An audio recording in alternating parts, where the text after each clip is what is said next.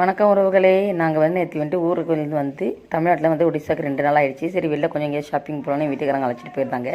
ஷாப்பிங்லாம் முடிச்சு ரிட்டர்ன் வரும்போது பையன் பானிபூரி வேணுமான்னு சொல்லி ஃபோன் பண்ணி சொல்லியிருந்தாலும் அவனுக்காக வாங்கிட்டு போகலான்னு சொல்லிட்டு அவனுக்காக ஒரு 30 ரூபாய்க்கு பார்சல் வாங்கிட்டு நாங்கள் ஒரு 30-40 ரூபாய்க்கு சாப்பிட்டோம்.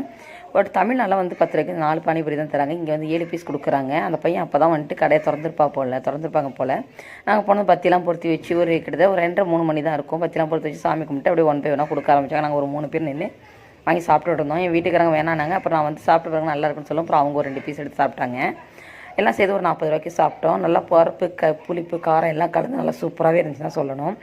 என் வீட்டுக்காரங்க என்ன சொன்னாங்கனாக்கா, கடைசியாக நான் போகிறப்ப லெசி குடிக்க போகிறேன், வெயில் ஓவராக இருக்கிறனால வண்டி ஓட்டணும், நான் லெசி குடிக்கலான்னு இருக்கேன் அப்படின்னாங்க.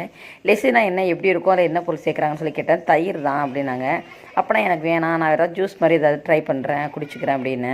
சரி வாங்கி தரேனாங்க. இந்த பானிபூரி சாப்பிட்டு முடிச்சுட்டு கடைசியாக என்னன்னாக்கா, இந்த அப்பளம் மாதிரி பொரிஞ்சிருக்குமா, அதை 2 சேர்த்து வச்சு அந்த பானிபூரியே தான் அதுவும் அதில் டொமேட்டோ சாஸ் வச்சு கொடுப்பாங்களாம். லாஸ்ட்டாக அது கொடுப்பாங்களாம். சாப்பிட்டு முடிச்சதும் அதையும் வாங்கி நான் ட்ரை பண்ணேன். ரொம்பவே நல்லா இருந்துச்சு.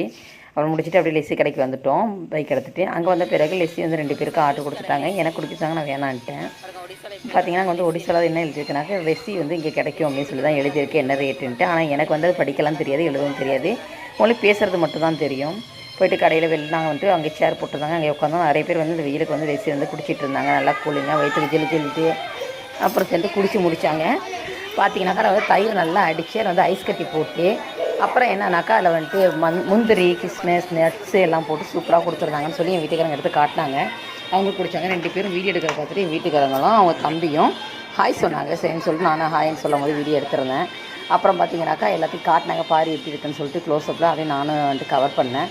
அப்புறம் எப்படி இருக்குன்னு கேட்டால் சூப்பராக இருக்குது, நல்ல கூலிங்காக இருக்குது, நீ கொஞ்சம் ட்ரை பண்ணி சாப்பிட்டு பாருங்க. எனக்கு வேணாம் சாமி அப்படின்னு சொல்லிட்டு நான் இதை நீங்கள் 40 ஒரு லெஸ் 40 ரூபாய், 2 பேரும் சுற்றி 80 ரூபா ஆச்சு. இந்த 80 ரூபா கொடுத்து இதை வாங்கி சாப்பிட்றதுக்கு வீட்லேயே ஒரு 20 ரூபாய்க்கு தயிர் வாங்கி நல்லா கடைஞ்சி விட்டுச்சு தான் சூப்பராக இருந்திருக்குமே அப்படின்னு சொன்னேன். உடனே அவங்க என்ன பற்றி என்ன கேட்குறாங்க, கழுதைக்கு தெரியுமா கருப்பு வாசனை அப்படிங்கிற மாதிரி பார்த்து கேட்டாங்க. எப்போ பார்த்தாலும் அது குடிக்கிறோம், எப்போ உடனே இங்கே வரேன், இந்த மாதிரி ட்ரை பண்ண நல்லா இருக்குமாச்சு. எங்கள் ஊரில் இது ரொம்ப நல்லாயிருக்கும், ஃபேமஸ், அதனால் நான் குடிக்கிறேன், ஏன்னா ரொம்ப பிடிச்சிருக்கு. நாங்கள் சரின்னு சொல்லிட்டேன்.